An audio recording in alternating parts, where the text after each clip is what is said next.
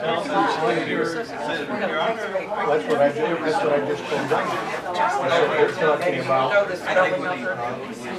millions and millions and millions of dollars to replace all the water meters, deal with the water mains, deal with all water. And they said it's done, but this is stuff that should have been done on a regular basis over the last 30 years. It wasn't done. It's all falling apart now. And you want today's residents to pick for it.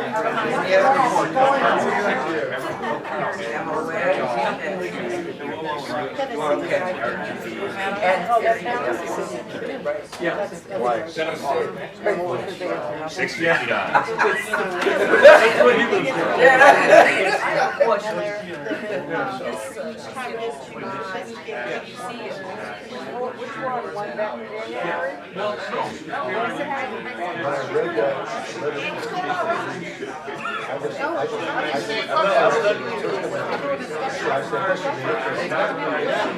And then he said you can have your managers at the rooster. I said, okay, yeah, dumb son of a bitch.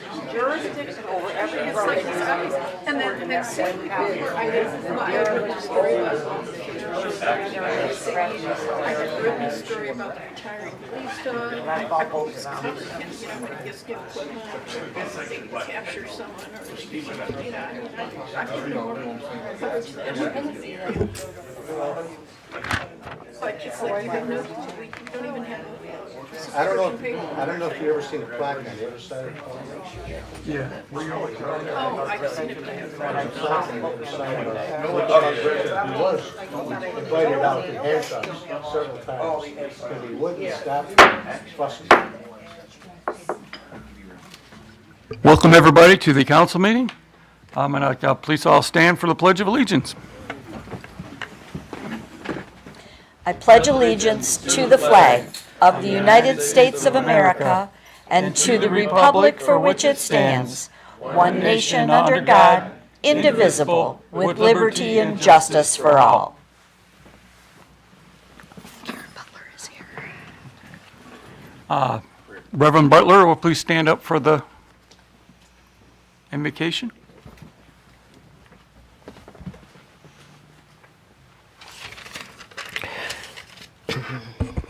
Father, in the name of Jesus, we come to you tonight in behalf of the city of Lincoln Park and its leaders. We ask you tonight, Lord God, to touch each one of them. I pray tonight for a peaceful meeting. And I'm going to honor the request of our city attorney and ask for a short meeting in the name of Jesus. As we pray, Lord God, we thank you for humor, but taking care of your people is serious business. And I pray, God, that you would give them the wisdom, the knowledge to accomplish the goals that need to be accomplished, no matter what they are. I pray tonight for each person that is on this city council, that you will remember them as they remember your people, as they remember their families, their children, and protect them and cover them in such an evil world. And I pray, Lord God, hallelujah, that you would give them the wisdom that they need to answer questions. And I thank you, Lord God. I should have started with that first, but I thank you because many times we complain about a whole lot of things, but I thank you for what's already been done in the city of Lincoln Park, Michigan. And we're believing you, God, for more. We ask these blessings. In Jesus' name we pray. Amen. Amen.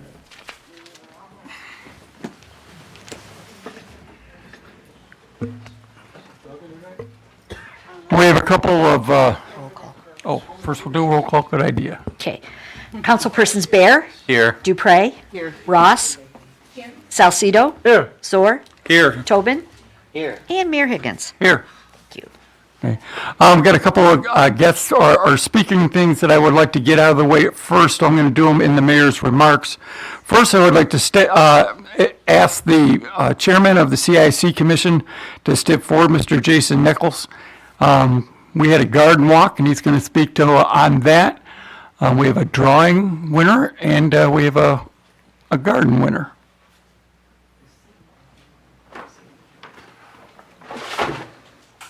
Good afternoon, ladies and gentlemen. How is everybody doing today? As Mayor Higgins said, I am Jason Nichols, chairperson of the CIC. Throughout the year, we do random events. One of them is the third annual garden walk this year, and I have a special guest in this audience. Her name's Jennifer Lowry. Jennifer, why don't you come on up and get your prize? She was one of 25 participants that was put into the raffle at the end of the walk, and here she is now to receive her really cool prizes. All right, so first off, a homemade wreath for your home. And a little be happy. Like you see a theme here, right? You see a little theme. And straight from the museum itself. Oh, lovely. Your history of Lincoln Park. Yay. And you get a hook to put that up wherever you like. Thank you. No, thank you for participating. We thank you so very much. I appreciate all the events that Lincoln Park puts on for its citizens. Thank you. Thank you. For those who don't know, those who participated in the garden walk, you could pick up a map at the museum, drive around town, see the multiple fantastic gardens we have throughout the city. And then if you return the map back in, you got to be in the drawing, and this young lady won the fabulous prizes. Now, if we have another prize giveaway. That we do. That would be for the best garden on the garden walk. Mike, I know you have that stuff up there. Would you like me to bring the winners up to you? Yeah, come on up. All right. Come on up, guys. We have a family affair here. So if you guys wouldn't mind stepping up to the podium, we're going to go see Mayor Mike here. Follow me, guys. What we have here is a home improvement award. We would like to definitely give this to you. I'm going to tell people who did not get to do the garden walk, their backyard is just simply awesome. It's like walking into, I don't know, almost like a museum. And it has this giant cement couch. It's the best way I can describe it. And it is just amazing to see it. You just don't picture something like that in Lincoln Park. And again, congratulations for all that you have done. Can you please step forward?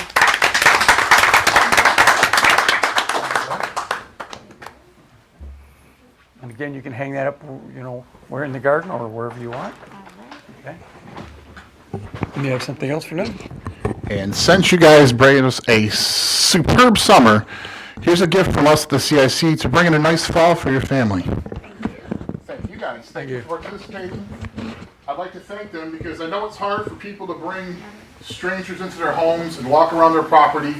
So participants that participated this year, everybody, I want you to know, we thank you so very much from the bottom of our hearts for actually putting this on so that everybody can come and see what we actually have to offer in this city. We've got positivity galore, and people need to start seeing that. So, we start with families like this, and we're going to work our way around. So, I want to thank you guys very much for welcoming me to our house. James, and I'd like you to stand there for just one more minute. You see, since I've become mayor, I have preached and I have talked about the fact that what we need in Lincoln Park is volunteerism. People who will stand up, who do things for the city. Jason is not only the chairman of the CIC, he is a member of our Parks and Recreation Commission. He helps me take the box around for the concerts. He is on the Hands of the City and for the last few years has helped us put together the parade. He is there for so many different committees and commissions and doing things. I would like to present him the key of the city.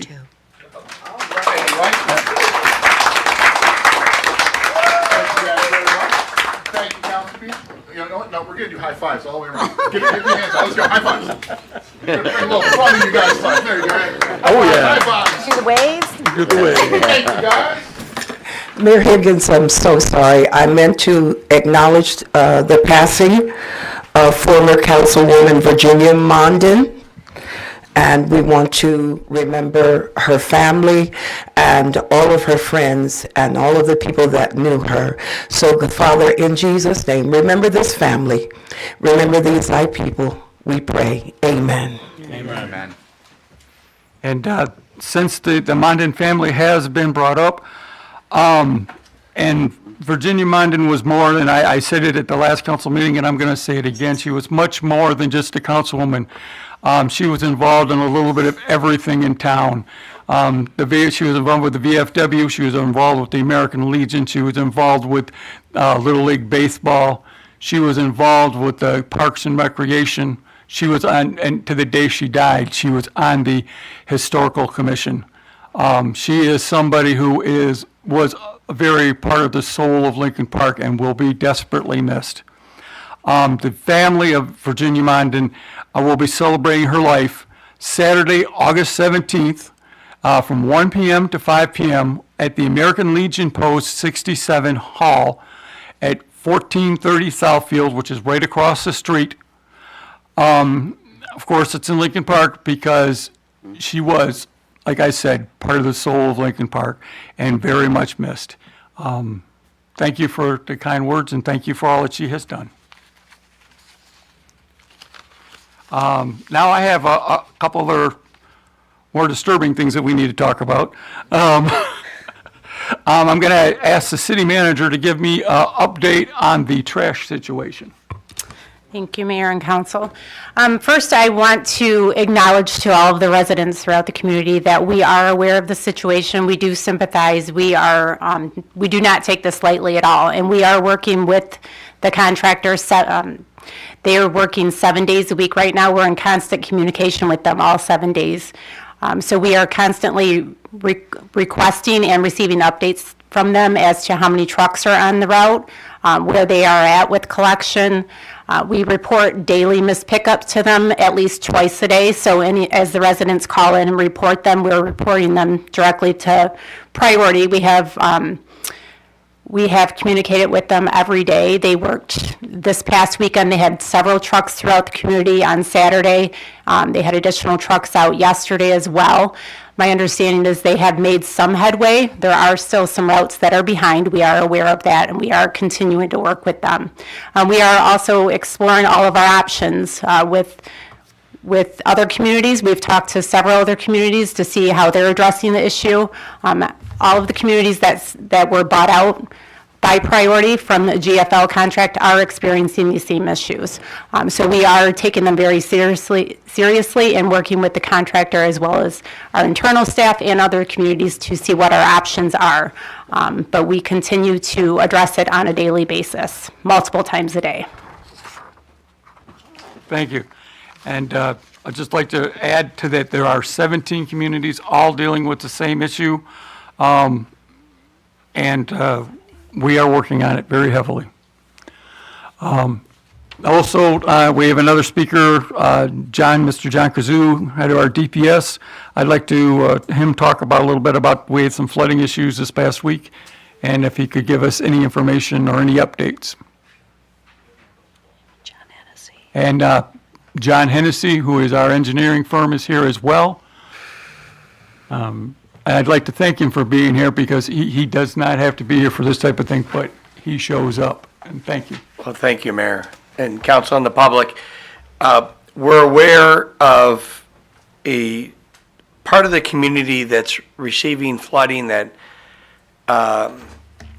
hydraulically should not be receiving flooding based on the rain event that was present through there. We when this first came to us, probably in January or something to that effect, we went out and we checked all the bulkheads. We did find one leaking bulkhead, but it wouldn't be enough to contribute to what is contributing to the basement flooding through there.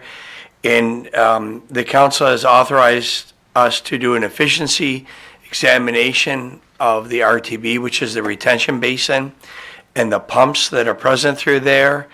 And we have a fear that the pumps are not pumping enough, and we're looking into that issue right now. That study's ongoing. We're probably 8 weeks away from that, and we're looking to capitalize some of our ARPA funds that we have to improve that situation through there, to alleviate this situation. We have not really modeled this area of the city because it really has two inflows to it in a somewhat of a small geographic area. We're proposing to model that this fall through there with the ARPA money that we have to really get an understanding, because during my communications with the residents of the area, they had received flooding on an annual basis, and they really shouldn't, when you look at it hydraulically. And So the long story short is we think that there may be an issue with the retention basins through there that we have to look at to remove the water quicker through there. And I don't know if John has any other. Basically, I would almost duplicate what John has said. Mayor and council did give us an authorization to go through and evaluate not only the pumps at the retention basin, but other items of the retention basin, and that process has just started. So as John said, it's going to take a little while to evaluate that. But I will tell Mayor and Council, this is our number one focus. We're under an ACO with the city, which the Mayor and Council is well aware of. Oh, yeah, that's an administrative court order with the state of Michigan that provides a 20-year roadmap for a capital improvement program for us to eliminate overflows from the retention basin. And this is our number one focus within the community right here. And I've met with a few of the folks that have experienced this flooding on an annual basis. And within 8 to 12 weeks, we'll have an answer for you. But we have to be able to study the problem to understand the problem through there. And it's just to explain it to Mayor and Council, it's fairly complex because this is where the city ultimately originally discharged its combined sewer and stormwater flows. So there are very large pipes that are present through there that were bulkheaded and blocked off when the city tried to separate its system in the 80s from a combined system to a sanitary system and a storm system. And it's very complex when it gets down to those areas. Very large pipes that should be able to handle this rain event that we had on Tuesday. And we realized there were 35 flooded basements. One basement's too many. And we realize that, and so we're working very hard to resolve the issue. To the chair, Yes, can I make a comment? yes. The, what I experienced, because I was there before, during, and after the event, is everybody came out of their houses. Everybody was upset. And I told them that I would air the things that they were complaining about. And they feel that the city hasn't been transparent enough about what's going on, and they want more communication. I don't know if that's possible, but Oh no, we can give you the what we refer to as the wet well. So the wet well is what all the flow comes into a retention basin. The wet well is at 15 feet. We should not be flooding basements if the wet well is 32 feet deep, right? It's 32 feet deep. We should not be flooding basements at 15 feet with the wet well. We kicked on a third pump. It only activated 2 pumps. We manually kicked on a third pump to remove that. So there might be something within the conveyance system that we're unaware of at this time, but we have to model that. We have to actually get the data from the rainfall during real world events and then calibrate it to what should be occurring.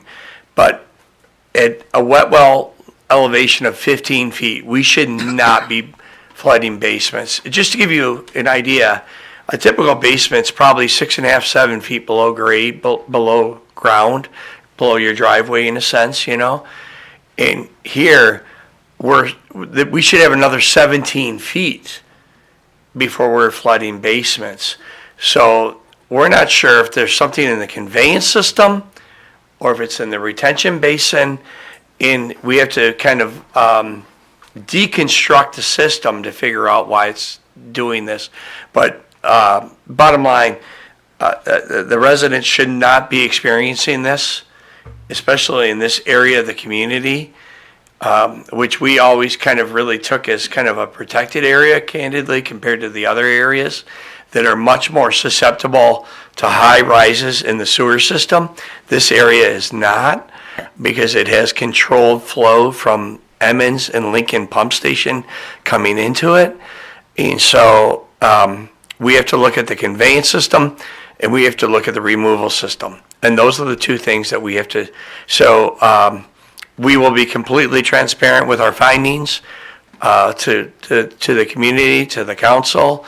And as John mentioned, we're under an ACO, which makes us responsible to be good corporate citizens and protect the environment and eliminate basement flooding. You know, that's our goal for this ACO. Mr. Chair? Yes. In January, when we had the flood event, there was an investigation, and now it's August, and that investigation still isn't done. Can you tell me why, and you can give me an idea when that investigation will be done? So when we first started, in January when this happened, we did it. We did a series of tests within the sewer system, and we found one bulkhead, which is where storm sewer came into a sanitary sewer, and they blocked it off with pipe, with brick and mortar and things like that. We investigated all of those, and we found one bulkhead had failed. We replaced that bulkhead to ensure that the storm water from the creek would not come into the sanitary system. At that point, we were still seeing flooding because we had communications with some of the residents within the district through that period, and they were still experiencing issues. And that's when we started to examine the RTB. And now we're looking at the RTB. We are under reconstruction with the Lincoln and Emmons stations. And so now we have to really look at, is the efficiency of the RTB what it was initially, and where is it at now? And those are the types of things that we have to examine right now. Because there's two inputs, there are three inputs. Lincoln, Emmons, and then the rainfall within this district, right? Those are the three inputs. We have one output, and we now have to examine the output. Is there a suggestion? And I hate to interrupt, but to add to that, back in January, or let's say the January rain event, let's call it February, that's when we started to see there's got to be more to this. Yeah, that's right. And then we investigated furthermore into the RTB, and now we're finding that it is not keeping up with where it should be. And I'm going to say it's because it's been built in 1983. It's just wearing out. And we're saving some of our ARPA money in the event that we have to upgrade these things. But we should make the council and the public aware, this is not a simple upgrade. It's not just like replacing one pump and putting a new pump in. We need a whole new electrical system that can carry the voltage to the pumps. And so if you can imagine, is what's referred to as head loss. When you pump up, like it gets less efficient, the ability to push it up higher. These pumps literally go from 32 feet deep to 20 feet in the air, and they pump it into a trough, and that's how it goes into the retention basin. So they're enormous pumps that pump literally about 50 feet in the air. So it's not like we could put another pump in and actually alleviate this issue. It really candidly wasn't until I interviewed a few of these folks that I understand that this is a reoccurring situation in this part of the community on an annual basis, which is obviously unacceptable.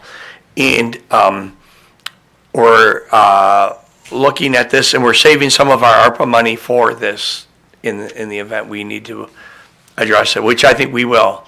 We will have to remove these pumps and upgrade the pumping system, the electrical system, and the control panel. Is there something you can recommend to these residents while you're doing this, finding out what it is in case we have another rain event? Is there anything that any kind of saving grace we can offer them besides just not using their basements? Well, there's a series of things that homeowners can do, you know, that we're not recommending or mandating by any means. But I will tell you that normally these events somewhat are short in duration in a way. You know what, you get a real flush and then it comes down a little bit.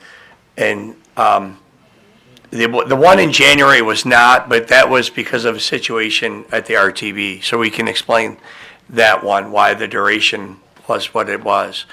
I think backflow preventers, and we can work with the community to see if there are backflow preventers that we can make people that income eligible for those seniors and things like that, you know, which protect you from the system. And a backflow preventer basically is just a flap gate, right?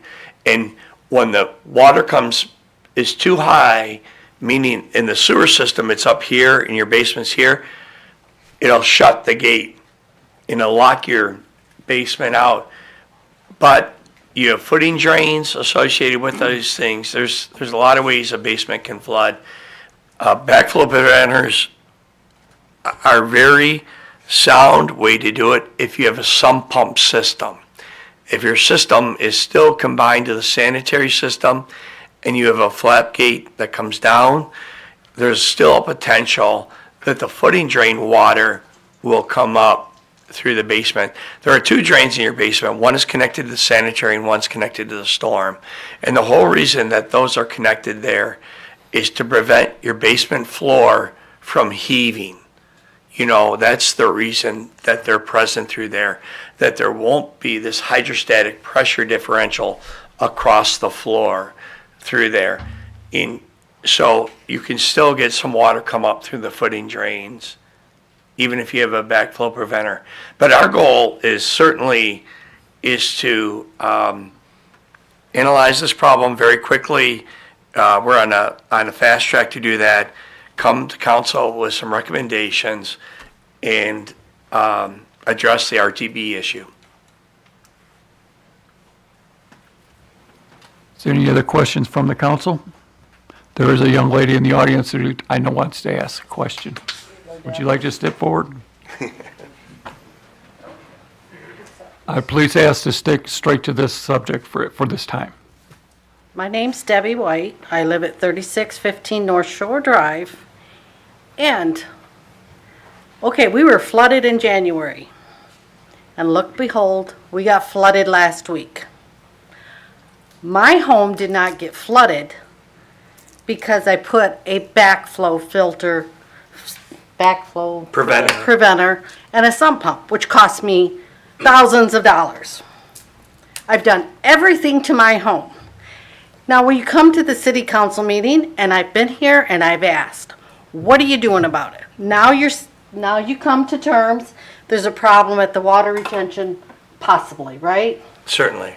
Okay, before it was Lincoln Park was not at fault. Lincoln Park is at fault.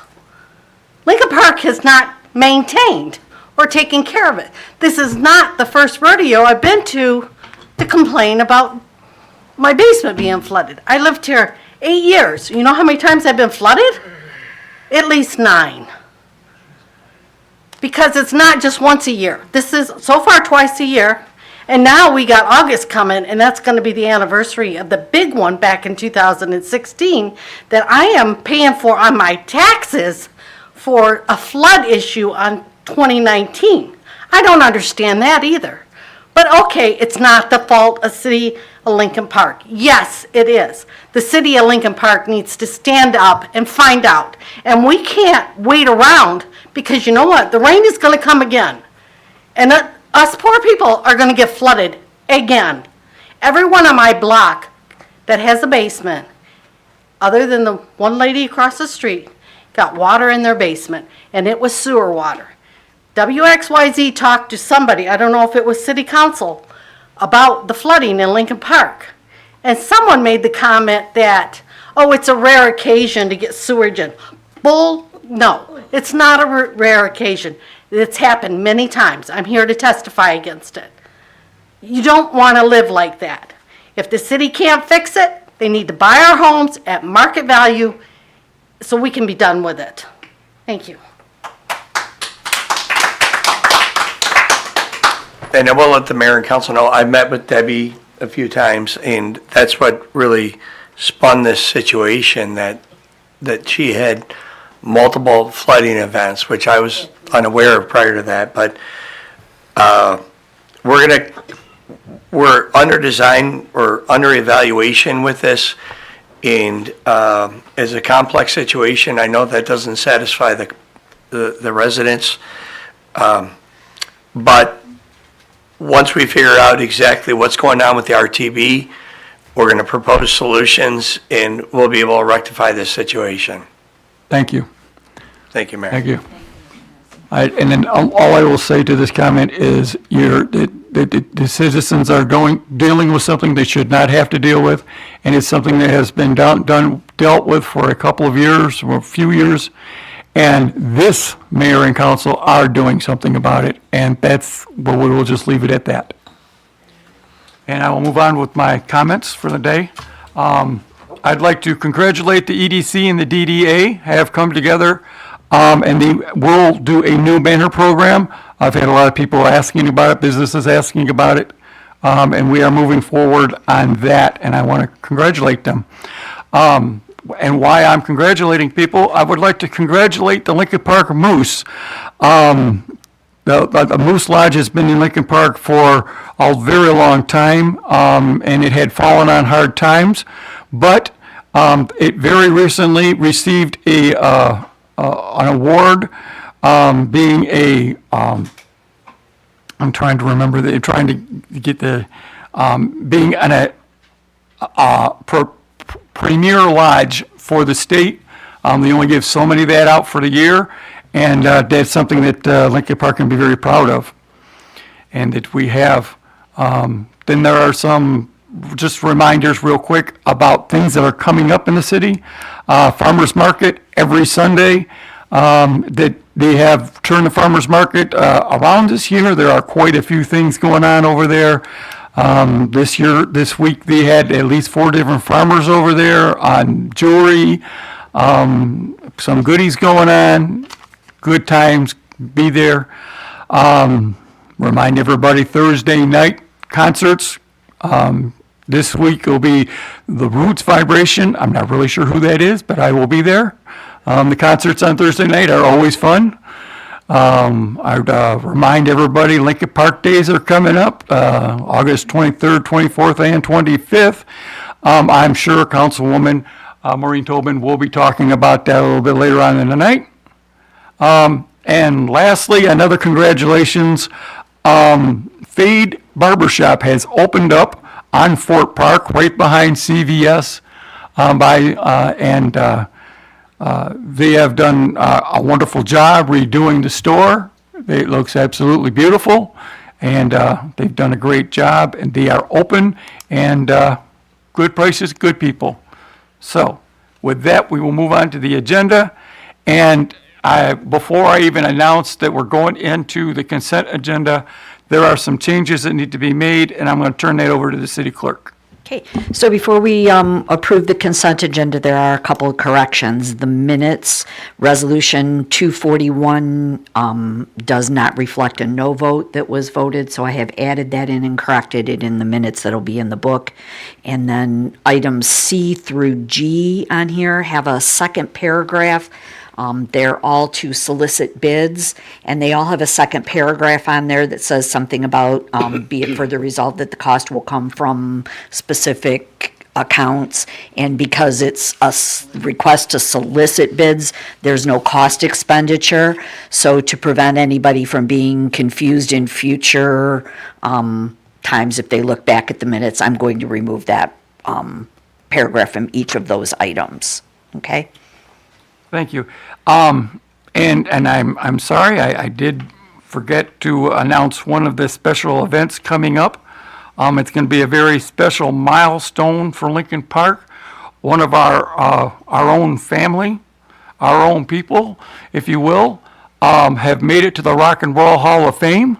So on Saturday, October 12th, we will be doing several activities throughout the year. MC5's family will be in town. We will be giving them a tree and a plaque at the band shell. There will be music, band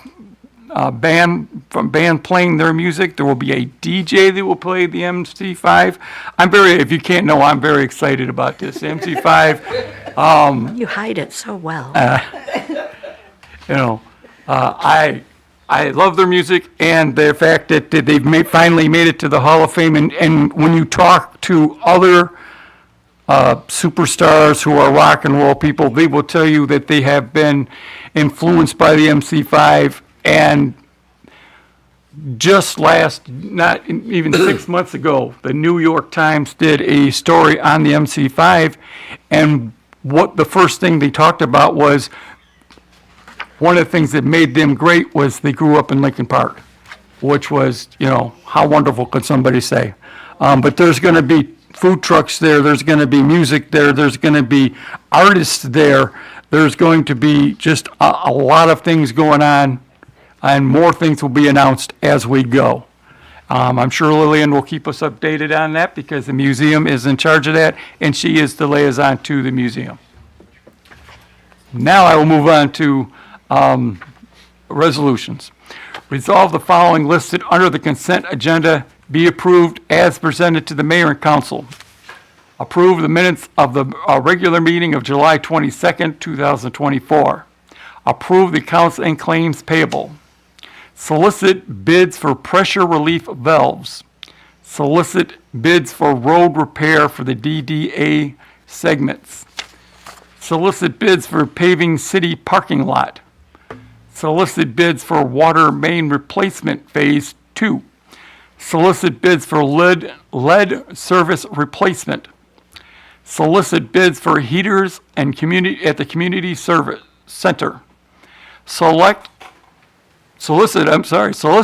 bids for the basketball courts at Youth Center Park. For those who don't know, that is will be at Gregory and Abbott. We will also solicit bids for the KMB and Senior Center lighting. Approve sub-recipient agreement with Blessed Hope. Approve the sub-recipient agreement with the Senior Alliance. Approve a block party for 1200 to the 1300 block of Wilson. And attend training for the fire inspectors. Support with a question. There is no questions on this. If we want to move something to later in the agenda? Okay. Okay. It's all right. I'll get a question answered later on. Okay. Councilpersons Ross? Yes. Dupre? Yes. Bear? Yes. Salcido? Yes. Soar? Yes. Tobin? Yes. And Mayor Higgins? Yes. Thank you.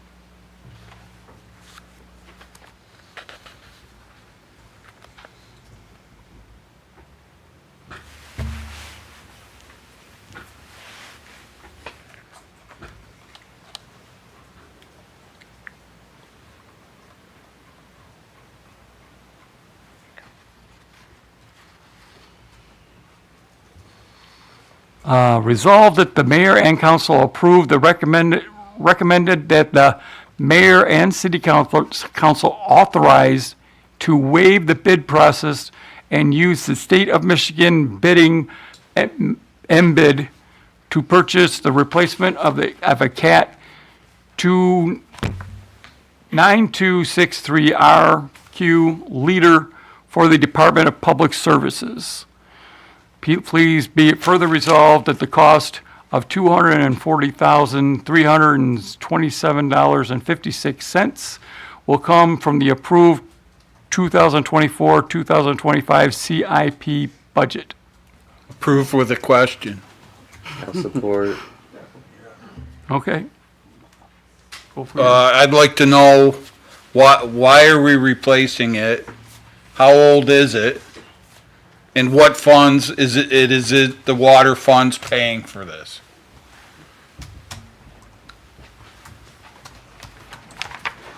The present model that the Department of Public Services has is 16 years old, and we're trying to update it. We're trying to go through the Michigan bid process because it's already been through the bid process through the state of Michigan. As far as the money, that is coming through an approved CIP account that was put in prior to the budget. Exactly, I would assume that it's coming from roads, water, and sanitary because all three entities use it. Thank you, sir. Hearing no other questions, we'll call for the vote. Councilperson Zor, Yes. Tobin, Yes. Bear, Yes. Dupre, Yes. Ross, Yes. Salcido. Yes. And Mayor Higgins. Yes.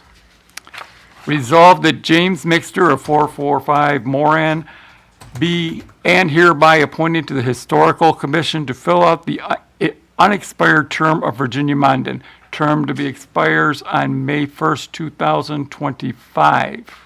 I would like to sub-second that. For those of you who have not met Mr. Mixter, he has been involved with the Historical Society for a very long time. He has been on the society side for a long time. He is currently the treasurer for the Historical Society and has stepped up and with the openings. He is a man who has been around and been very important to Lincoln Park over the years. And hearing nothing, I'll call for a vote. Councilpersons Ross, Yes. Mayor Higgins, Yes. Councilpersons Bear, Yes. Dupre, Yes. Salcido, Yes. Zor, Yes. and Tobin. Yes. Thank you.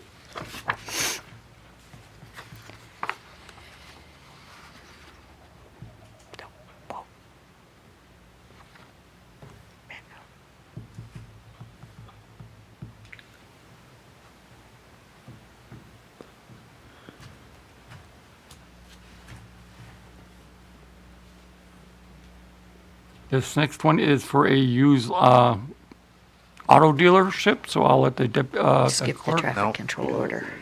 Okay. These computers, they like to confuse me. It's their fault. Right there. Right there. Resolved that the traffic controller order 24 through 124 regarding the placement of a 1-hour parking signs be established for Pagel and Dix to the alley east of Dix, approved per the recommendation of the police department. I'll move. I'll second. Through the chair, Your Honor. Yes. I don't know if the police chief wants to step up.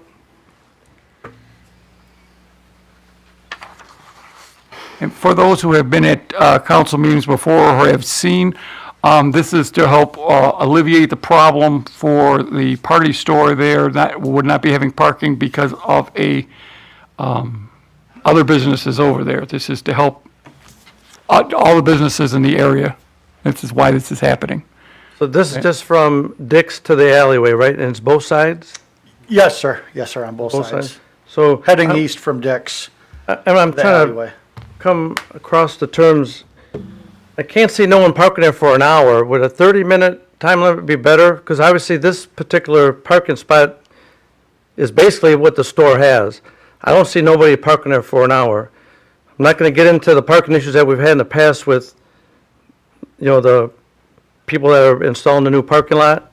But would a 30-minute time limit be a little better than an hour? It may be difficult for deliveries and such there. Historically, his deliveries come from the alley, not Pagel Street. So I'm trying to understand. No one's going to be in the party store for an hour. I think 30 minutes. Talking to the store owner today, he kind of agreed a 30-minute time limit would be more sufficient because no one really stays there an hour. Okay, that can be, I mean, I don't know if we want to make an amendment. I don't know if the attorney wants to chime on this. I don't know if I've ever seen a 30-minute parking. They're harder to enforce. That would be the major problem because someone's going to have to mark a tire and come back in 30 minutes. It depends on your allocation of law enforcement resources to keep coming back. So that suggestion doesn't even work in Manhattan, though. The 30 minutes is awfully hard to enforce. An hour gives them more time. In regards to the hour, then I'll concede, but I would hope that we enforce that 1 hour parking. That's all okay? I mean, if that's my compromise, I would hope that, because I know that's going to be an issue, so it already is today, as a matter of fact, so. All right, thank you, Chief. And at this point, I would like to thank the chief for looking at this as fast as you have. This was only a couple meetings ago that we asked you to look into this, and you did, and thank you very much. Yes, sir. Anything else? Okay, we're not hearing anything else. I will call for the vote. Councilwoman Tobin? Yes. Mayor Higgins? Yes. Councilpersons Bear? Yes. Dupre? Yes. Ross? Yes. Salcido? A reluctant yes. And Zor. Yes.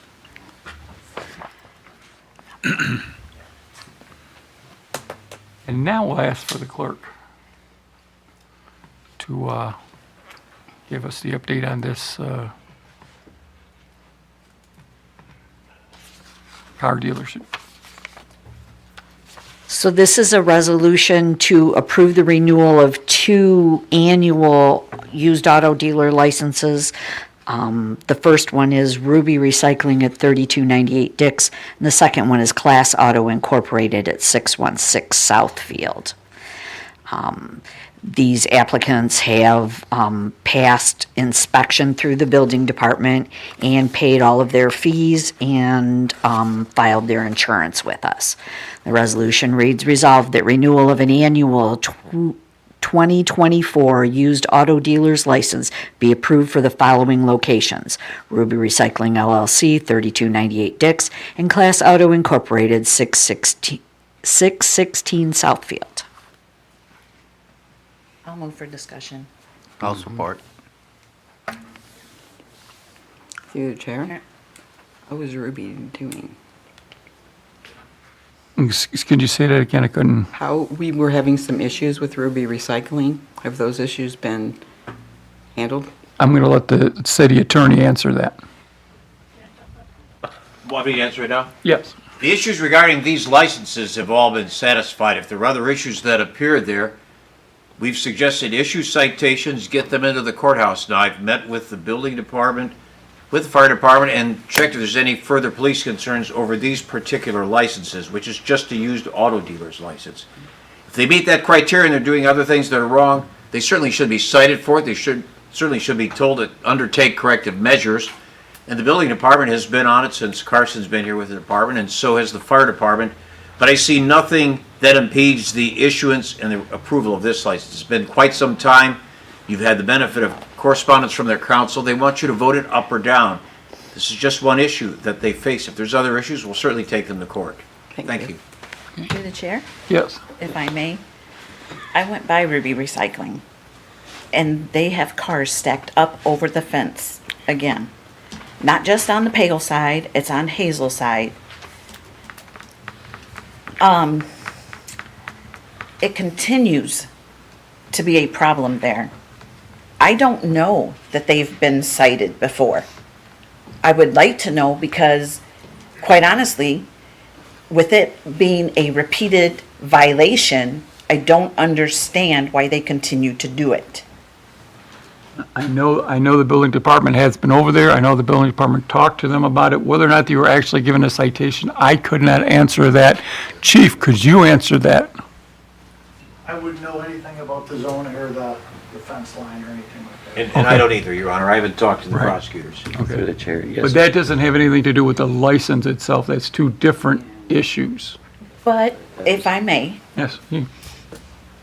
when we give them their approval, it's like telling them that they can do what they've been doing. And this stacking of the cars and making it look horrible for the neighborhood,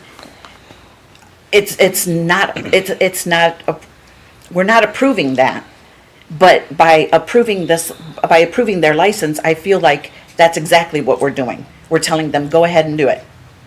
Because we know today that it is stacked up over the fence line. Through the chair, last night at about 9 o'clock, there was cars 4 feet high over the fence line and overgrown trees in the cars. It was not pretty. Yep. It's kind of scary to go over there. And this is against the parking lot of the school. The church that right there, and I was pretty appalled that they were that blatantly that high over the fence line. Through the chair, Your Honor, Yes. could we separate these two licenses instead of putting them together and then maybe call a vote separately? Because I was there last week and their parking lot is just a bunch of mud going on to Dix Avenue also.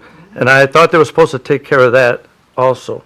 So in regards to our citizens, seeing cars stacked high, mud in the street, mud in the parking lot, dust kicking up, I make a motion to do these We separate. can certainly separate them. I'll Okay. support that. Okay, so so if Councilman Bear and Councilwoman Was want to withdraw their motion and support on this, I will Yes. read them separately. I withdraw. Okay. All right.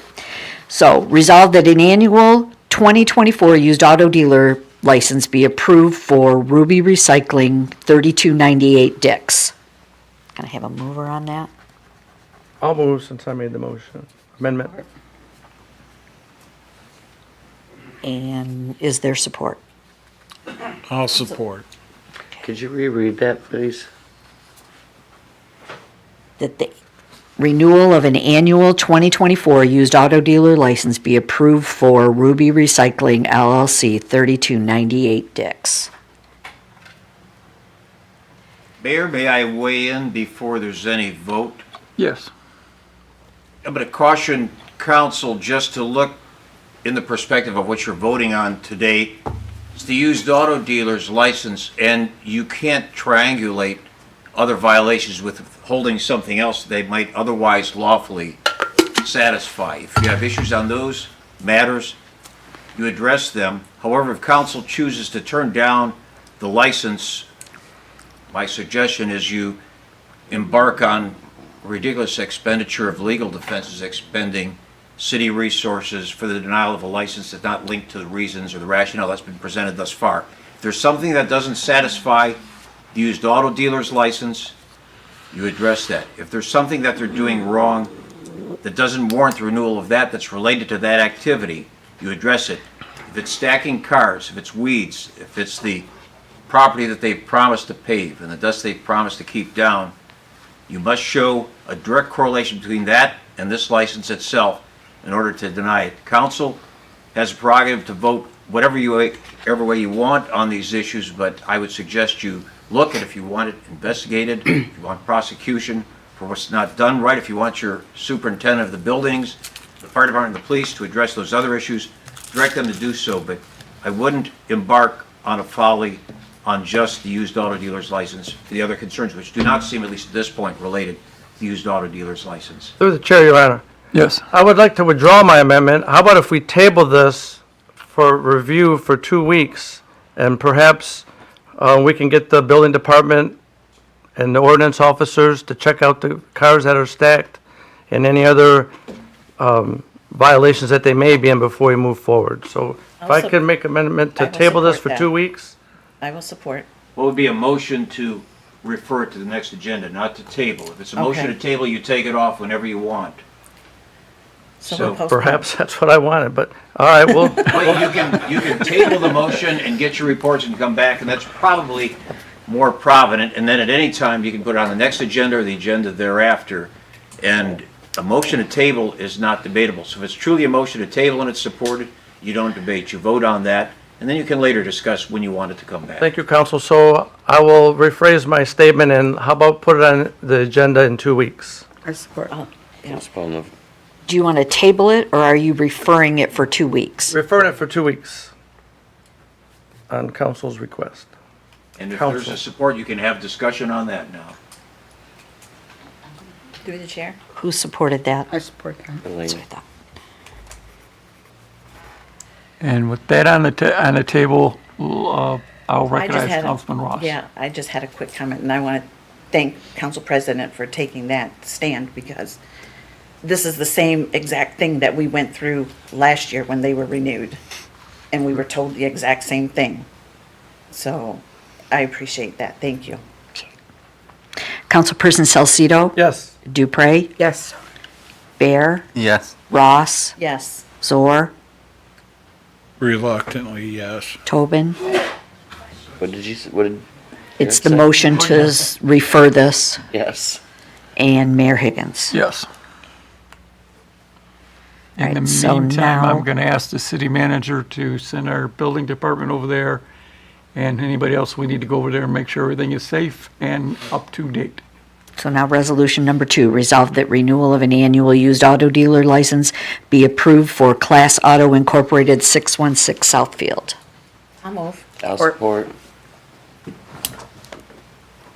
Councilpersons Ross, Yes. Tobin, Yes. Bear, Yes. Dupre. Yes. Salcido. Yes. Zor, No. and Mayor Higgins. Yes.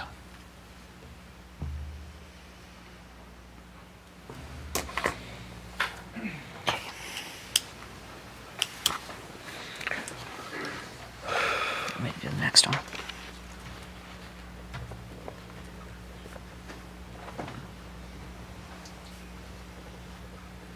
Resolved that the special event permit 8 approved for the 8-sided Summer Vibes Vendor Show events held in the city of Lincoln Park Saturday, August 17th, 2024, from 1 p.m. to 6 p.m.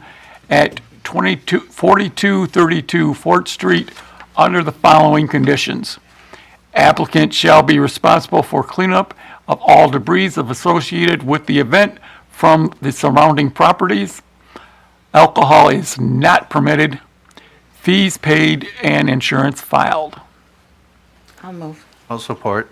Through the chair, Yes.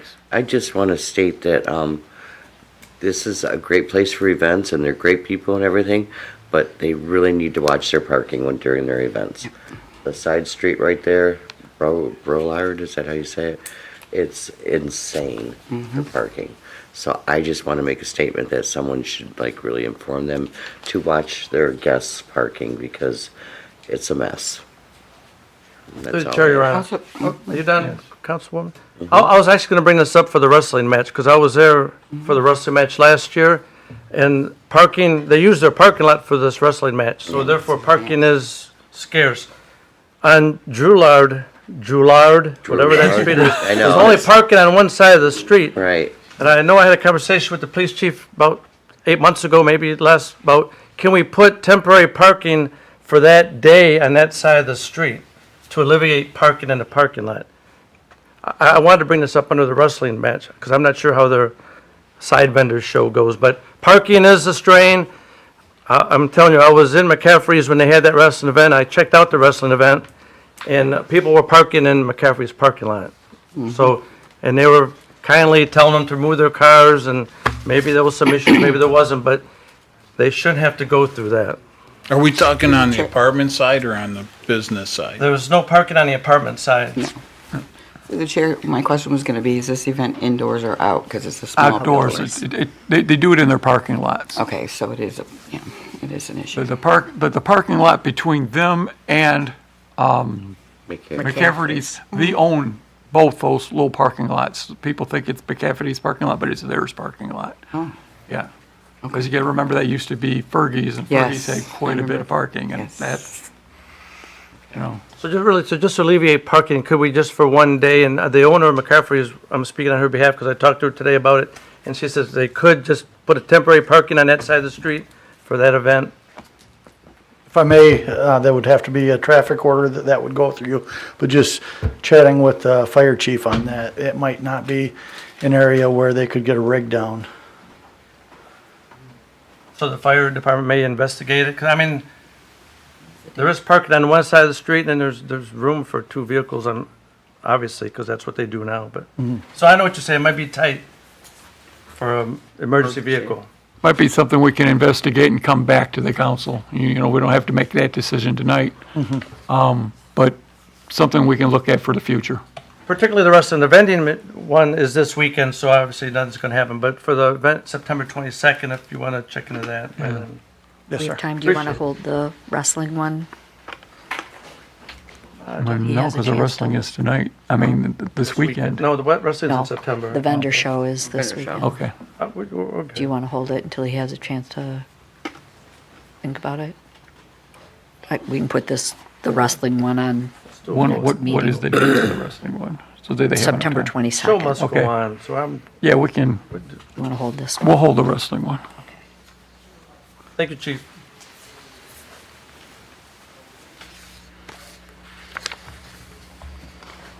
Okay, are we ready to vote on this one? Anybody have any more questions? Then we will put it up for vote. Councilpersons Ross, Yes. Bear, Yes. Dupre, Yes. Salcido. Yes. Zor, Yes. Tobin, Yes. and Mayor Higgins. Yes. Thank you. And And we're going to hold the wrestling one until next meeting so that we can get clarification from the chiefs. Thank you.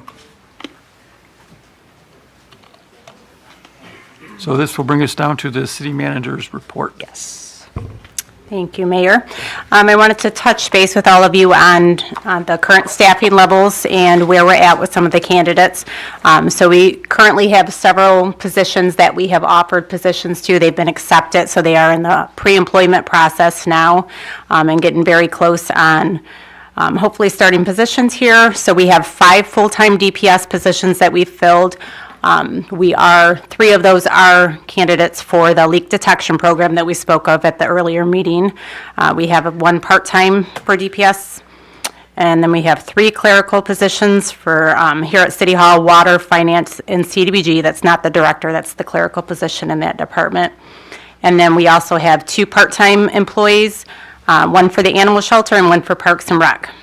We are still recruiting for the CDBG director and building department manager, as well as DPS labor and parks maintenance. But we have had some very successful candidates the last several weeks, and they are moving through the process as quickly as we can get them through. And then last week, Mayor and Council and many of the employees of the city were able to tour the new animal shelter facility. So we are finally at the final stages. And luckily, we did have ARPA funds, so for all of the residents who are curious about that, we did not use any of taxpayer dollars here from the city. So we did receive federal ARPA funding for that. We have now finished the project. We're just waiting on the final state approval, which should be coming any day now. And we'll begin transitioning those animals over to the new shelter, and we can take on additional animals as well. So I hope everybody enjoyed that. It's a very beautiful facility, and I know a lot of hard work went into it from many departments. So thank you, everyone, for all of your help on that. And then we were notified last week, the fire chief had sent an email out that we were included with a grant that the city of Wyandotte had applied for. So that's the Regional Assistance to Firefighters Grant, and we will be getting some new fire hoses for the department, so that's good news. And then just to touch on the backflow preventers that Hennessy had spoke of earlier. So the mayor and I have been talking about trying to find some funding options to help some of the community members to see if we can assist in that department. So we are looking at some different options, talking to some other communities to see how they've addressed it. And then we will also discuss options with Hennessy as well.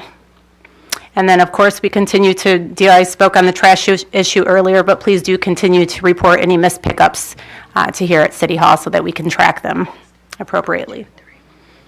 And that's all I have. If there's any questions. To the chair. Wow. I just want to point out that all those positions, folks, we're hiring. If you're out there and you need a job, Lincoln Park is hiring. All right. Eric, you go first.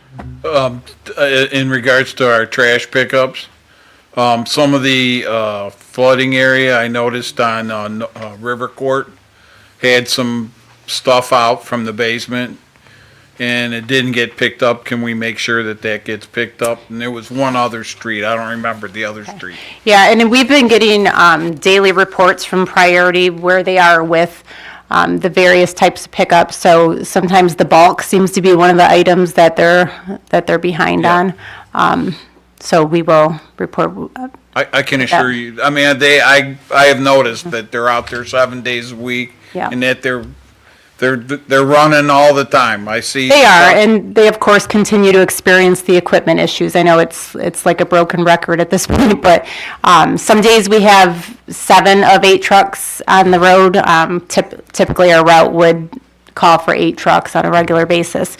There's been a couple days where they've had all of them out there. A lot of days they're operating with 5 and 6 trucks. So that's what's continuing the delay. And of course, playing catch up when you're that far behind, you know, it's hard to get caught up and get back on schedule. I believe Councilman, are you done? I am, sir. Okay, Councilman Ross, I believe you were next.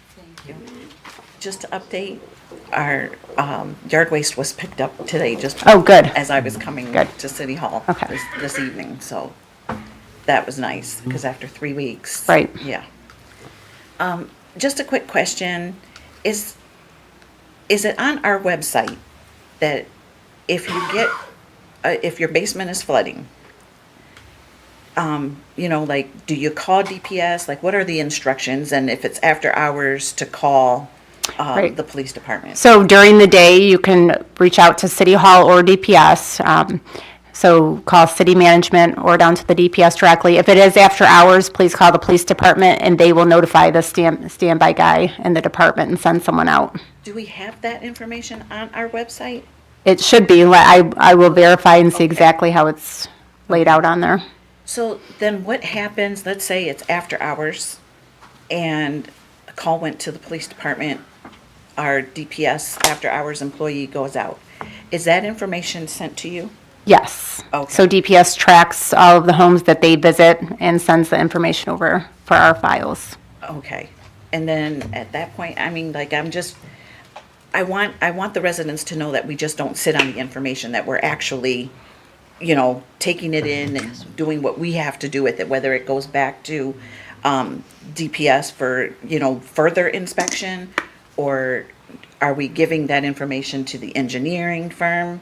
So it depends. This incident last week has been, the addresses have been sent over to the engineering firm as well as finance. Some residents have filed claims, insurance claims.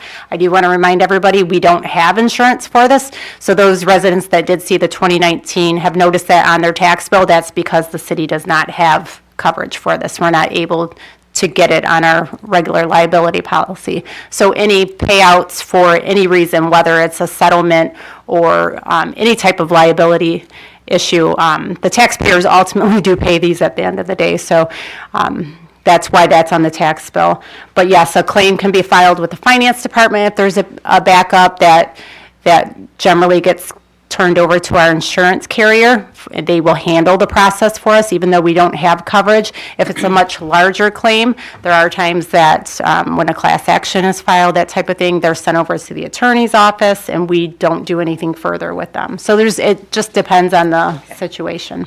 Thank you. You're welcome. Okay. Somebody else? Sure.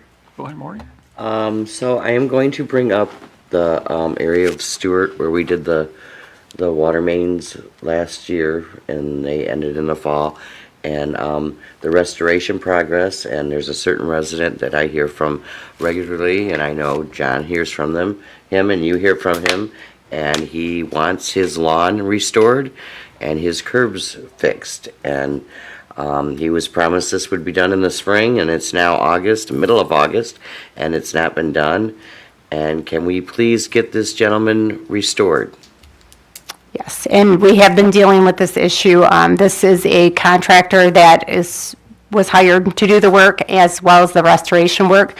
We have not issued the final payment for this project because of many outstanding issues, not just the restoration. Some of the restoration work was done, but that was not up to the proper standards. So the contractor, there's been some delays, as the resident knows, but the email that I received earlier today says that the contractor will be out tomorrow. And it's a contractor that's doing the work, Yes. not us. Correct. Okay, thank you. Through the chair, Your Honor. Yes. I'll make this brief. Lisa, you don't have to answer this today, but I was approached by a business owner earlier today. He wanted to buy the land next to CVS, and there's a sign there that says it's going to be a car wash coming soon. It's been there for a while. But he was told that, because he wanted to do something automotive, and I think he was told by the building department that that was deemed retail. But would the car wash be considered automotive? So can you maybe just follow up on that and maybe get back with me in 2 weeks? or whatever? Absolutely. Thank you. That's all, Your Honor. Thank you. Okay. Anybody else? To the chair, I would. Councilman Bear. Also about trash, can you give any more detail about what options we are looking into? And I was also wondering, is the DPS yard still accepting yard waste from the residents? And I think it is important to let the public know that we have also utilized our DPS department to try and help on occasion to get through this problem. And I should have mentioned that, I apologize. So DPS is still taking composting. So if the residents have a buildup of the composting they wish to get rid of course, that's not a requirement because the service should be provided by the contractor. But they do have the option to take it down to DPS 500 Southfield between 9 and 3 p.m., Monday through Friday. And as far as options that we're looking at, as far as payment goes, city's required payment. So we're dealing with, we're looking at what other communities are doing as well and what the legal ramifications are. So we want to make sure that we explore all options and don't get ourselves into And we have provisions in our new bid contract that they just We do. that we just approved. We do. correct? Okay. Yes. Anybody else have something for the? I forgot. As we're talking about DPS, I just wanted to pass along a thank you for them working over and filling the potholes. Yes. Yes, we were happy to get them out there. Yes, so. Yes, our DPS guys, we can't say enough about them. They know. don't, I know. they don't get the glory, and they get a lot of hard work, physical work. I don't know if anyone recalled that Dick's Water Main break a couple of weeks ago, but that was a massive undertaking by our DPS department. It stretched for hundreds of feet of water that they had to deal with. Yeah. Okay, if anybody else has anything from the city manager, then we will call up our DDA director.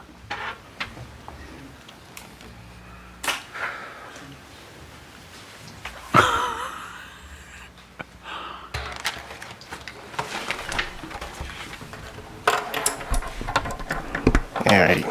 Good evening, Mayor and Council. I have a handful of things I want to cover today. I'll start with the City Hall gardening project. So, obviously, in front of City Hall, unfortunately, it looks a little rough, but at our most recent DDA meeting a few days back last Thursday, we voted to take on this project. So, Easy Landscaping, who does our landscaping for our downtown area, will be taking on this project, and they'll be doing the de-weeding and removing the vegetation and putting in sod for the grass for that area. So that'll be, he told me, sometime this week, so hopefully very soon. And last time I presented, we had a few buildings that were in various stages of development. So I want to provide a few updates. So 1706 Fort Street, that's the building right on the corner of Fort and Arlington. That he just passed Planning Commission last month. That is going to be a STEM education training facility. And 1518 Fort Street, that'll be a banquet hall. He's in the process, far along in the process of receiving hopefully receiving our facade grant. And then some things to look forward to. 2271 Fort Street is right on the corner of Fort in Cleveland. She just passed Planning Commission last month as well.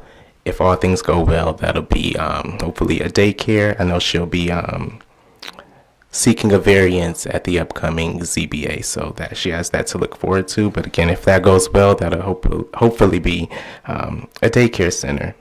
And then the mayor mentioned this earlier, so 2428 Ford Park, that's right before Champaign, that's now a barber shop. And last but not least, so right here, something to look forward to, right here, the Taco Bell right here on Southfield Road. Back in June, we had a pre-application Zoom meeting with this gentleman, and if all things go well, be on the lookout for Elise Chicken Place. So, okay, so speaking of development, I've been working on a pocket park gathering place that will be going behind where our fitness court is, the grass area behind. I've been working on that. So I've had Giffords and Webster. There are planning company that we have now with the city. They've sent me some drawings. I've been reviewing them for the majority of today, and tomorrow I'll be meeting with them. Tomorrow afternoon I'll be meeting with them, and we'll go over that, and hopefully sometime soon we'll see that come to fruition. But again, we want to bring more attention to our gym, and so that idea is in the drawing stage. Hopefully, again, I'll meet with them tomorrow and we'll go over it and move on to the next step of that planning. And next, the zoning rewrite. This initiative, a few weeks ago, we got an extension from the MEDC. They're the ones who are helping us pay 50% of it. So again, that initiative has been sidelined, but hopefully very soon that will be back up. And last but not least, Christmas. So we'll end on a good note. Christmas, as you know, the DDA, we do the tree lighting every year. And this year, we vowed to make it an even bigger spectacle than normal. So that includes moving our location to Mellis Park. And so I've been having conversations with DTE, putting together a game plan. And once that's all settled, hopefully very soon, by the end of this month, I'll move forward so Stephanie and I will start planning the actual details of the event. And I spoke to Jeff from the museum earlier today. They usually have their open house with us, and so I just wanted to let them know that even though the location's changed, they'll be a part of our tree lighting plans, of course. So that's all I have for you today. Anybody have anything for our DDA director? Just a big thank you. Thank you, Brandon. Thank you. Thank you. All right. And now we will go on to citizens communication. Is there anybody who would like to talk to this body? Oh, hell, I'm up. I have to get up and do what I have to do here. I'm Debbie's neighbor, North Shore Drive. I have contacted a couple of higher-ups, and they don't want to help with this flooding. I want to know why Wayne County Drain Commission is not looking into all this. They are responsible for every sewer drain in Wayne County. That is a dereliction of duty. Why aren't they looking into all this? Because I've had 3 floods and it's cost me over $3,000 so far for this cleanup. Back in February, one of Hennessy's workers, I live right at the corner where it makes the curve, and his worker was outside. I had the window open because it was a little nice day, and he's on his cell phone asking somebody, where is the sewer line break on North Shore? Why haven't they checked that drain right there when you're making the curve? I think that's where it's at. Nobody wants to answer? It was your driver, or your guy, I don't know what his name was, he's a big tall guy. Yep. Wasn't me. I know it wasn't you, because if you brought him in here, I know exactly what he looks like. I've seen your retention basin, and you've always asked me how I got your phone number. I'm going to tell you, I worked for Jones Chemicals, and when you guys ordered your bleach before the flood of 2014, we had to go do an inspection, and our guys hopped in the truck, and I went with them. There was a hot tub floating in that retention basin. That thing is huge. Yeah. So this... Yeah, I mean, how? Why would there be a hot tub in there? I don't understand. I guess. So this has been ongoing. I've had my house since '94. I bought, and I've had 12 floods. So, go figure. Would you? It's up to you. If you would like to answer. I just want to know why Wayne County's not getting involved in this. Were you using that hot? The retention basin was originally built by Wayne County as part of the system. through there. It's a 20 million gallon retention is. basin. It's huge. It's enormous, and whatever you see above ground it goes about 20 feet below ground more than you see through there. And this area on North Shore should not be experiencing the flooding that they're receiving. And once we understood that there was annual flooding events through here, which were somewhat unknown to us compared to the balance of the community, we really began to dissect this, and that's where we're looking at the retention basin. The city inherited this retention basin from Wayne County. The city really didn't build it in a sense, they didn't design it, and so we're kind of stuck with how it works. But we have to improve the efficiency of it to eliminate this situation. On North Shore, we recently did a project where we separated the sewer, the road flooding from the sewer flooding through there, but it does receive flows from the Emmons and Lincoln pump stations into this area through here.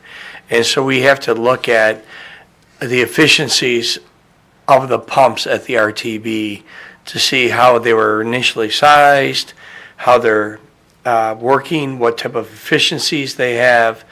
And we've already talked to our pump supplier that works on these pumps to see if there's something that we can do to improve them.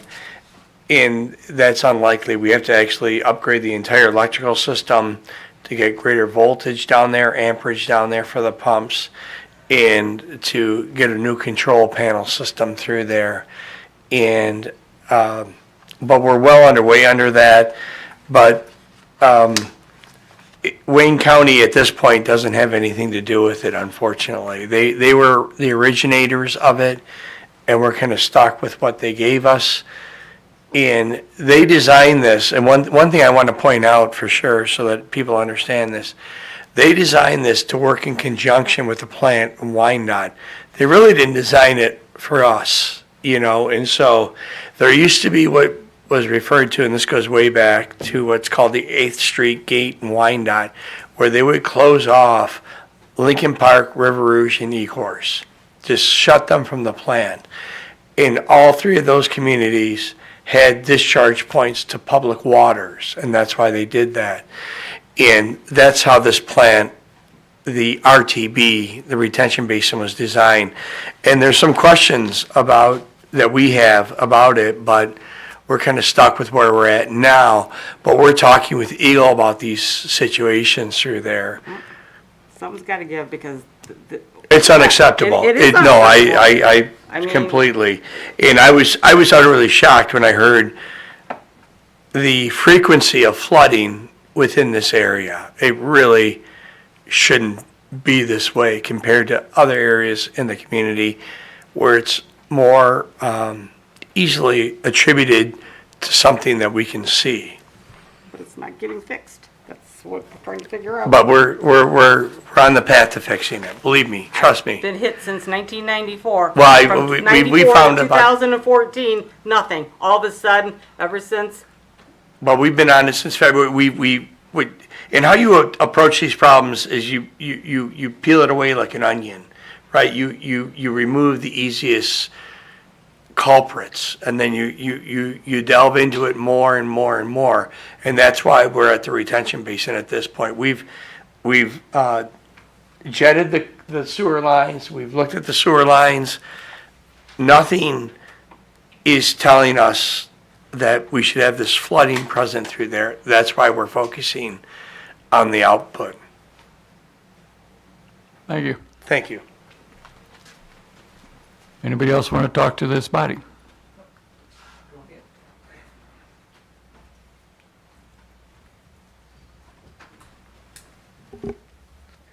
I'm Skylar Harris. I live on Pagel off of New York. I'm not sure what block that is. We just moved in about 2 years ago, and we have flooded twice. I'm sorry to beat a dead horse, but the whole street flooded. We all came out this last Tuesday, talked to each other in disappointment, and From the sounds of it, it sounds a lot like there's a mechanical issue, something going on with our pumps, whatever systems they have going there. So I'm curious to why the city is unwilling to accept responsibility for it, if that is the city's system in place. I'll let the attorney answer that.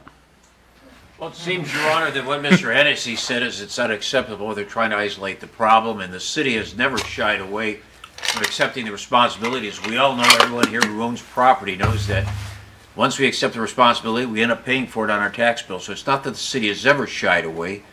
In my experience with the community, having worked with Mr. Hennessy's father on the first federal lawsuits, which were filed in 1978, insisting that the city get into a sewer separation system, assessing the taxpayers millions of dollars on bonds to build that retention basin, and then having it turned over to the city. The city's always done that.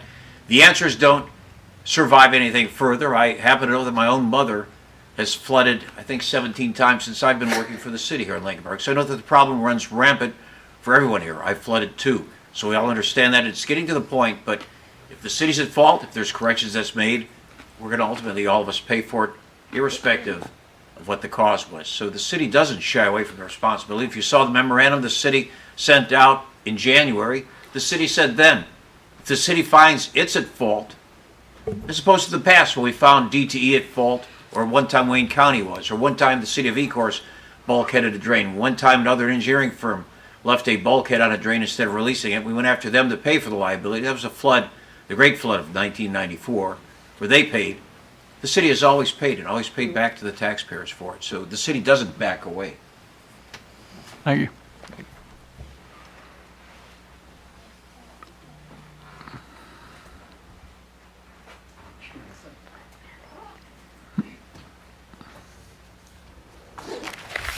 Good evening, Mayor and Council. I'm Bill McMullen.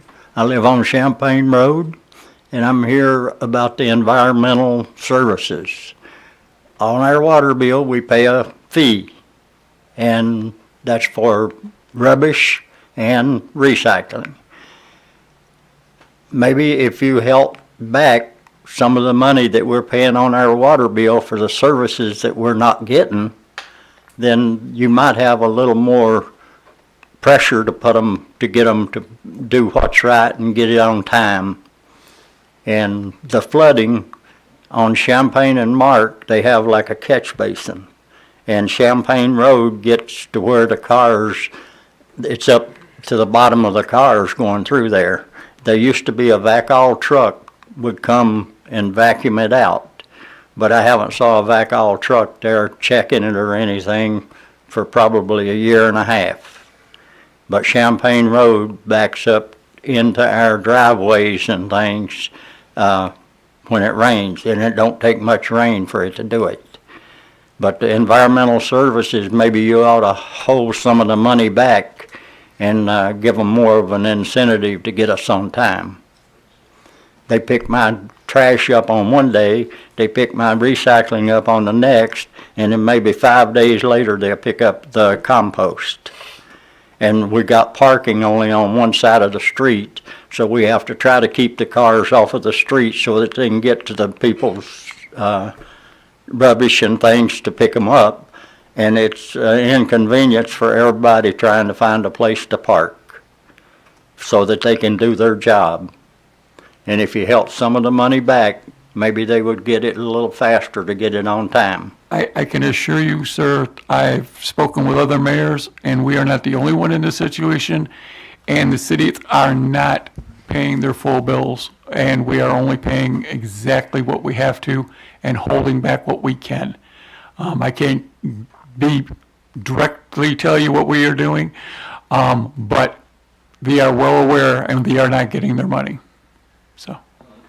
It might give them a little more incentive to get it together.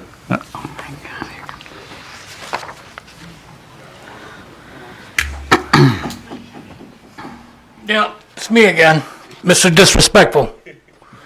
I'm here about Americans with Disabilities Act today. At 2075 Monty, there's a half a sidewalk. When you're walking down the sidewalk, half of it's on one side and the other half is missing. There's no sidewalk on Porter Street in Keppen. On the northeast corner of Keppen, the sidewalk is so cracked up, so tore up, that you have weeds growing in between the cracks, and you don't even know it's a sidewalk. It looks like a lawn. And like I said last time, on Frank Street, between Monty and Council, there is no sidewalks on either side of the street. You have your citizens and children walking in the street when they have to walk in that area. And like I said, American Disabilities Act saying that you have to provide ample, safe, secure walking space in your city. Now, my question today is, though, when you go to an officer to take his job, as you say, does he get sworn in to turn around and do his job? Does he have to raise his hand and get sworn in? Yes, he does. Okay. Now, if he gets sworn in to raise his hand, does he get to sworn in and say, well, I get to pick and choose what ordinances I want to turn around and follow and what ordinances I want to neglect? Because so far, that's what he's been doing for the past year. Because like I said, for the last 2 times I've been up here, there's been cars parked illegally in the city of Lincoln Park without license plates. And if I'm not mistaken, according to your ordinance on 484.03 permits, any car that is supposed to be stored in Lincoln Park has to be registered through the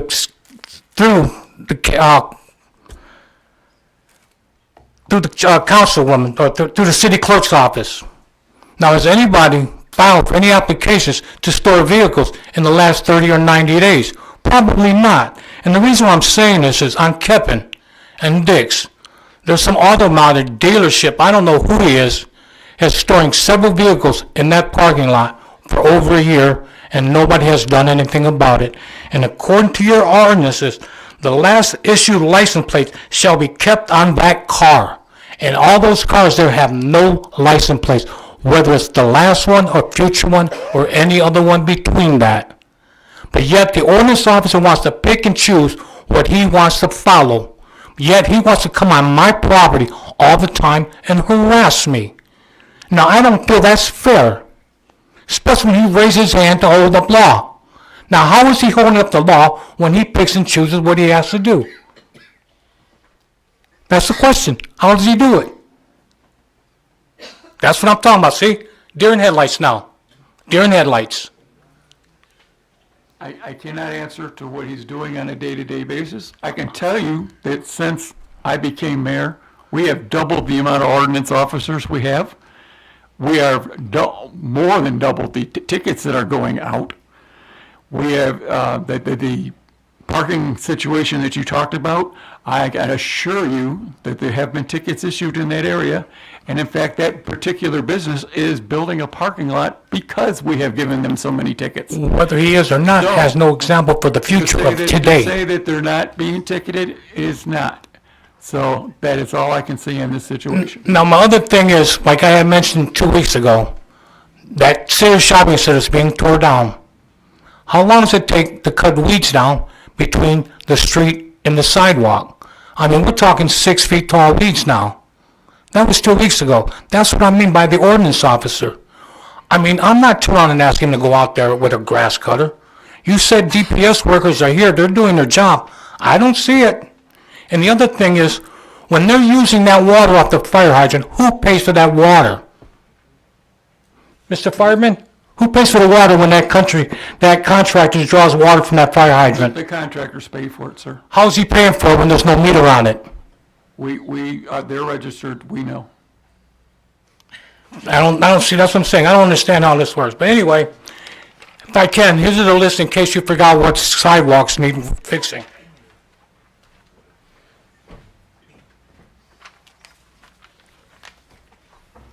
And the last thing, all on the north side of Lincoln Park, your trees between sidewalks and the curbs are lifting a bunch of sidewalks because you said you had a sidewalk program implemented. It's getting late in the season to start working on it, but they better start walking it, not driving it, because like I said, according to the American Disabilities Act, there's a lot of trip hazards out there. Thank you for your time.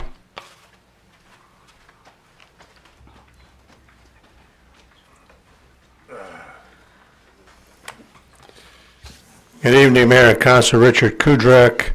The garbage pickup on my street is Wednesday. On Saturday, I was driving down my street and a priority waste truck is going the other way. This is 4 days later, folks. But anyway, I don't know what they were picking up because he was going the other way. Anyway, there was a comment made about after a water event, 2 pumps were going and they manually operated the third pump.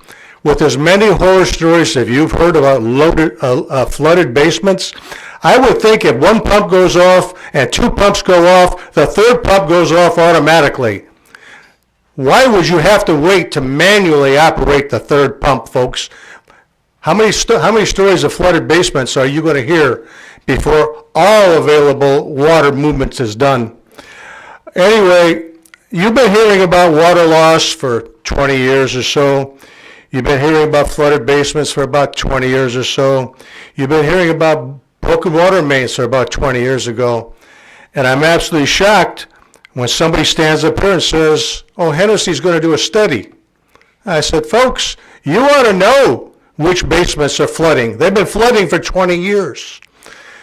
If there's something wrong with the catch basin or the retention basin, you should have known that by now. This is not something that started in the last 2 or 3 years. This has been going on for decades. So we need to do something quick. Thank you so much. Is there anybody else would like to?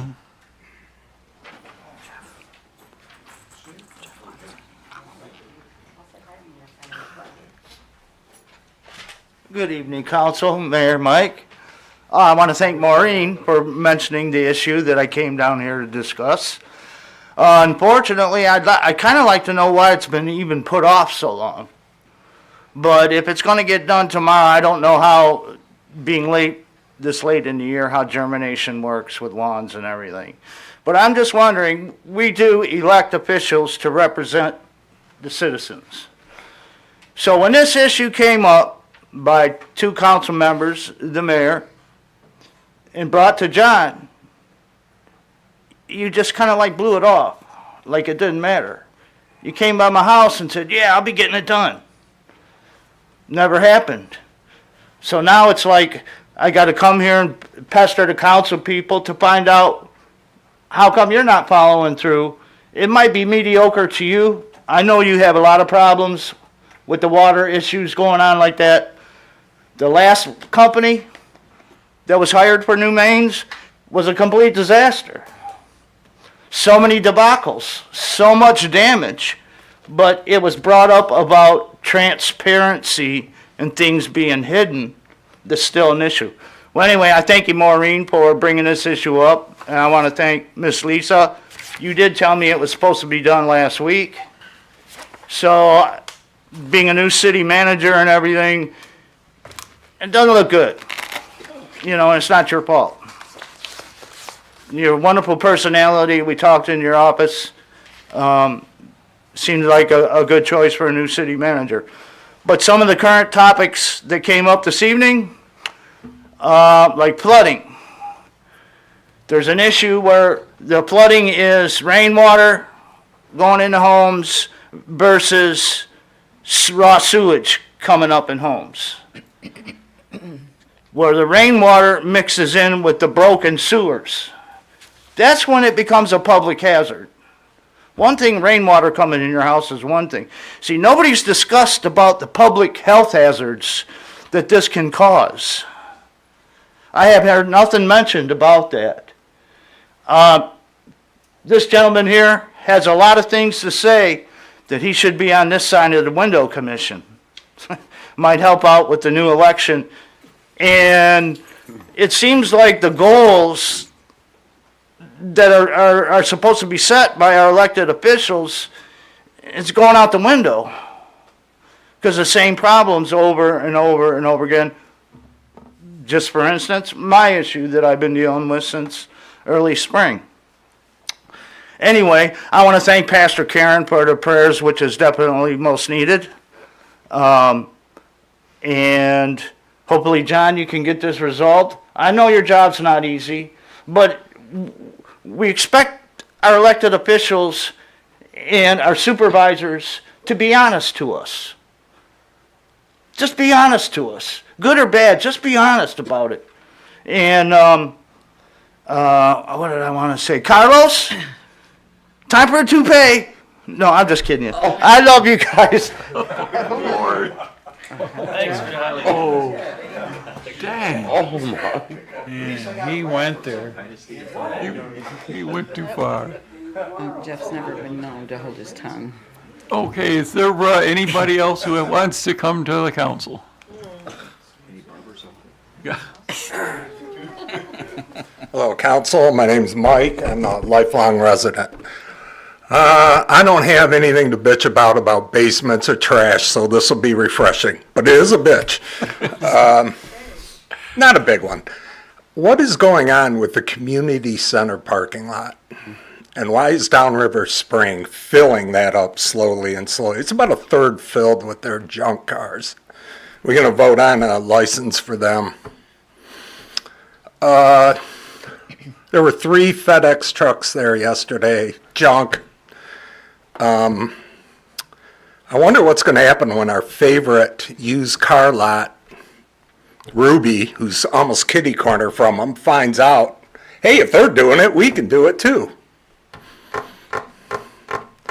And the other thing you guys are forgetting, Lincoln Park Day is in a couple weeks. You're going to leave all them cars there for the rest of the communities to see that? Might want to look into that. Thank you.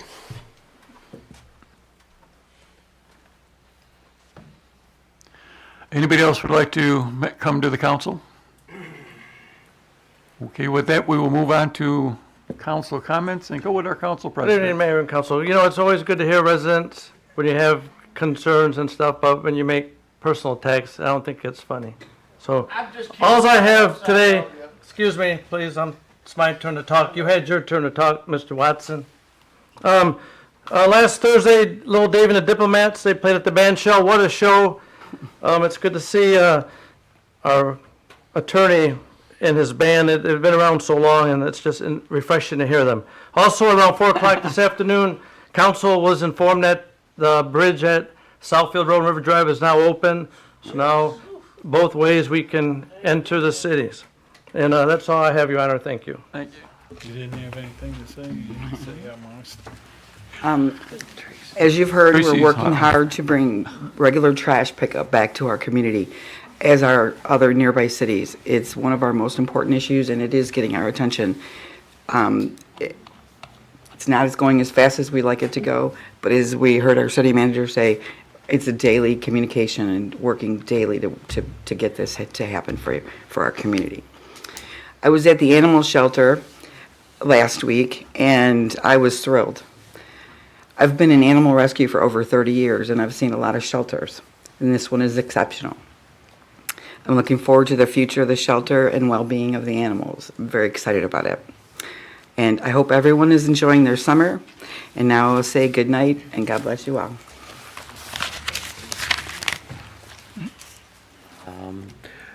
I was at the animal shelter also, and I got to tell you, it is fabulous, and I am just so grateful that we were able to get this done, and everybody involved, and the police department, everybody. What a great job you guys have done, and it's a beautiful thing for our community, so it's really good. August 18th, the police department will be having their backpack giveaway at the community center. It starts at noon, so please try to get there. August 20th, the police department will be having their blood drive at the band shell, the Kennedy Memorial Building. Starts at 9 a.m., I think. There's a QR code you can get off their Facebook page to register, or you can walk in. This Thursday, I believe, is the last concert of the season. It's the Root Vibrations. I think they're a Caribbean ensemble group that's going to play Caribbean music, so you might want to get out there. And then on the 23rd, Friday, August 23rd, Lincoln Park Days opens, and we have a lot of stuff planned for you. This year we were able to bring you the bingo tent back, so come out and play bingo. We've got bands. Friday night, 50 Amp Fuse will be playing. Saturday night, Crazy Babies will be there. They got a surprise for you this year, so you got to come out and check them out. And on Saturday, Wisteria will be there, and it's AJ's birthday. He's going to be 60, so come out for AJ's 60th birthday. Vendors, crafters, food trucks, you name it, it's all going to be there. Car show Saturday afternoon. A lot of fun. Mass in the Grass Sunday morning at 10:30. St. Michael's will be there doing a church service. Musical instruments, a whole bit. It's going to be a wonderful time. So make sure you come out for that and keep enjoying your summer because there's not that much left of it. So enjoy and stay safe. Thank you, everybody. Thank you, Your Honor. Mayor already spoke about the celebration of the induction of the MC5 band into the Rock and Roll Hall of Fame. I just want to remind you again, write it down, save the date. It's Saturday, October the 12th, and festivities will start at 3 p.m. And again, this event is free for the public. It is free. Also, I want to remind you, if you are looking for or in need of a gift, the museum still has available for purchase the Lincoln Park History Book. They still have t-shirts and sweatshirts and posters. So, and they have a history coloring book too. So keep that in mind. I know Councilwoman Tobin just talked about the Lincoln Park Police Department's backpack giveaway on the 18th at the community center parking lot. Just a little surprise that Kiwanis donated some books, so the kids will be getting books as well. The Lincoln Park Police Department's blood drive, Tuesday, August 20th. I wanted to also add that in appreciation for your blood donation, the Red Cross is offering a $20 Amazon gift card and a 1 entry ticket to Cedar Point for this season. And I came across this and thought that you might also be interested in music bingo. I hear it's a big thing. I haven't done it yet, but I'm looking forward to the Parks and Rec, their music bingo event on July the 29th. I'm sorry. It is Friday, September the 13th at 7 p.m. at the band shell. And that's music bingo. And then August the 31st is Wayne County's Household Hazardous Waste Collection Day from 8 to 1 p.m. at the Westland Shopping Center. If you need more information, I believe we have it on our website under the DPS, or you can obviously go to Wayne County's website for more information. And that's all I have. Thank you, Your Honor. Councilman Bear. Thank you. I don't have much. Just hope everyone keeps enjoying all the great events we have coming up in our city through the rest of the summer, and have a great night, everyone. Thank you. Councilman Zor. Yep, first I'd like to say, I'd like to offer my condolences to the McKenzie family, who suffered a loss. Happy birthday to Wendy, Megan, and my new great-granddaughter, Charlotte, who's in St. Joe's, 2 pounds, 8 ounces. She'll be there a little while. Assessor's office is expanding to provide better access for files.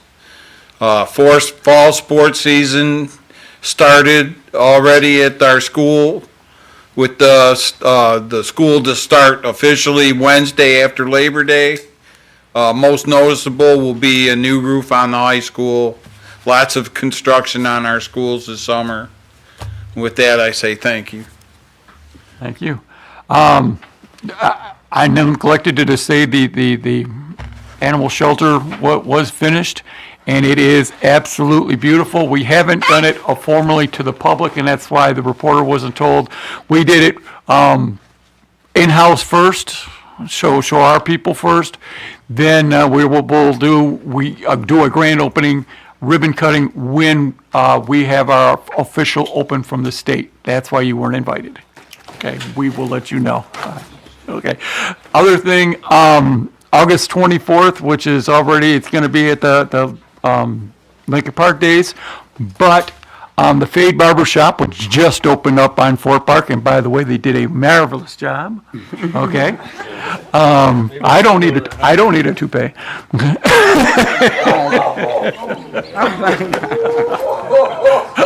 I'm sorry, I had to. Poor Carlos. The Fade Barbershop will be doing a backpack giveaway on the 24th, and I think they told me the first 6 kids, first boys show up, get a free haircut. So get ready for school. This is the time to do it. Free and a backpack too. There will also be some other stuff going on, as that will be their grand opening day. All right. With that, I will go for a motion. Support. Councilperson Salcido? Yes. Tobin? Yes. Bear? Yes. Dupre? Yes. Ross? Zor? Yes. And Mayor Higgins? Yes.